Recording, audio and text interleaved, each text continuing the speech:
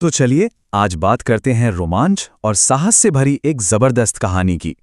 ये कहानी है सिंदबाद जहाजी की तीसरी यात्रा की। और यकीन मानिए, इस बार समंदर ने उसके सामने जो चुनौतियां रखीं वो किसी के भी होश उड़ा दें। तो हमारी कहानी का हीरो है सिंदबाद, बसरा का एक अमीर व्यापारी। लेकिन सिंदबाद के लिए पैसा ही सब कुछ नहीं था। उसके अंदर ना एक आग थी, एडवेंचर की, कुछ नया देखने की।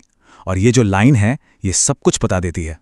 समंदर की लहरें उसे हमेशा बुलाती थीं, एक ऐसे सफर पर जो अनजान भी था और खतरनाक भी।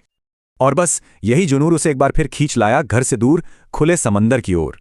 वो अपना सामान लेकर एक जहाज पर सवार हुआ, दूर देशों से व्यापार करने के लिए।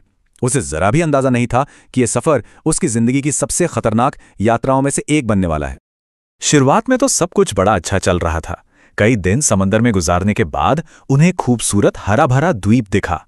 सबको लगा कि चलो थोड़ा आराम करने के लिए ये एकदम सही जगह है। जहाज रुका और सारे यात्री ताजी हवा खाने द्वीप पर उतर गए। उन्हें क्या पता था कि ये खामोशी एक बड़े तूफान से पहले की है। लेकिन सिंदबाद की कहानियों में एक बात तो पक्की है, जो जैसा दिखता है वैसा होता नहीं। और ये शांत सा दिखने वाला द्वीप भी बहुत जल्द एक बुरे सपने में बदलने वाला था। अभी यात्री आराम कर ही रहे थे कि अचानक उनके पैरों के नीचे की जमीन जोर जोर से कांपने लगी। सोचिए क्या हाल हुआ होगा। हर तरफ अफरा तफरी मच गई। लोग डर के मारे अपने जहाज की तरफ भागने लगे। किसी को कुछ समझ ही नहीं आ रहा था कि आखिर हो क्या रहा है। और फिर जो सच सामने आया उसने तो सबके होश ही उड़ा दिए। वो कोई द्वीप था ही नहीं, बल्कि वो सब एक बहुत बहुत बड़ी मछली की पीठ पर खड़े थे, जो सदियों से सो रही थी और अब वो जाग चुकी थी और वापस समंदर की गहराइयों में गोता लगाने को तैयार थी। इस पूरी उथल-पुथल में सिंदबाद सीधा समंदर में जा गिरा। उसका जहाज और उसके साथी तो निकल गए, लेकिन वो अकेला रह गया। चारों तरफ पानी ही पानी, और वो अपनी जान बचाने के लिए हाथ पैर मार रहा था। घंटों तक तैरने के बाद जब उसकी हिम्मत बिल्कुल जवाब देने लगी, तब जाकर वो किसी तरह एक असली द्वीप के किनारे पहुंच पाया। सिंदबाद को लगा होगा कि चलो जान बची तो लाखों पाए, लेकिन उसे क्या पता था कि उसकी मुश्किलें अभी खत्म कहाँ हुई थीं। असल में असली खौफ तो अब शुरू होने वाला था।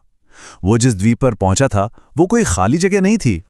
तो सवाल यह है कि उस अनजान द्वीप पर सिंदबाद का इंतजार आखिर कर कौन रहा था?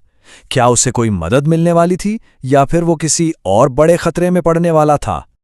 उस द्वीप पर रहने वाला था एक विशालकाय, एक आंख वाला दैत्य, और सबसे डरावनी बात, वो आदमखोर था, यानी इंसानों को खाता था।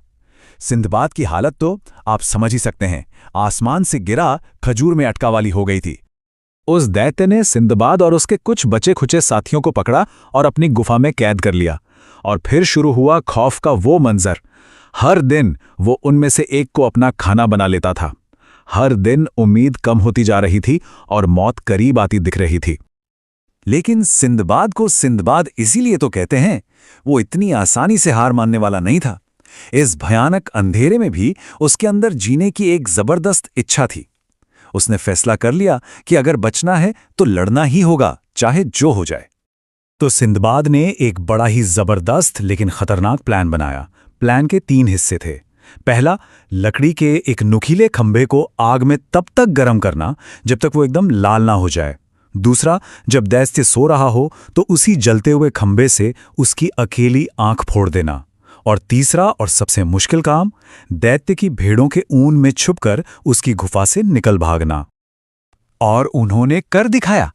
जैसे ही वो गरम खंभा दैत्य की आंख में लगा, वो दर्द से बुरी तरह चीख उठा। वो अंधा हो चुका था और दर्द के मारे पागलों की तरह अपनी गुफा में इधर उधर टकराने लगा। और इसी मौके का फायदा उठाकर सिंदबाद और उसके साथी चुपचाप भेड़ों के साथ बाहर निकल गए। ये सिर्फ हिम्मत की नहीं बल्कि दिमाग की भी जीत थी। तो दैत्य की गुफा से बचना एक बहुत बड़ी कामयाबी थी, पर सफर अभी बाकी था।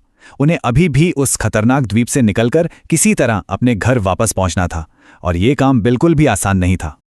हाँ, द्वीप पर उन्हें और भी कई मुश्किलों का सामना करना पड़ा, पर कहते हैं ना, किस्मत भी बहादुरों का साथ देती है। आखिर में वहां से गुजरते हुए एक जहाज ने उन्हें देख लिया और बचा लिया। दैत्य के द्वीप पर वो भयानक वक्त अब खत्म हो चुका था। जब सिंदबाद सही सलामत बसरा वापस पहुंचा तो उसने चैन की सांस ली, और लेना भी चाहिए। इतना सब कुछ झेलने के बाद उसने भगवान का शुक्रिया अदा किया और कसम खाई कि अब कुछ समय के लिए वो समंदर से दूर ही रहेगा। और यहीं पर यह कहानी खत्म हो जाती है, लेकिन एक सवाल के साथ। क्या लगता है, सिंदबाद जैसा कोई जिसके खून में ही एडवेंचर है, वो भला कब तक अपनी कसम पर टिका रह सकता है? या फिर समंदर की पुकार उसे एक और सफर पर खींच ही लेगी? खैर, इसका जवाब तो हमें सिंदबाद की अगली कहानियों में ही मिलेगा।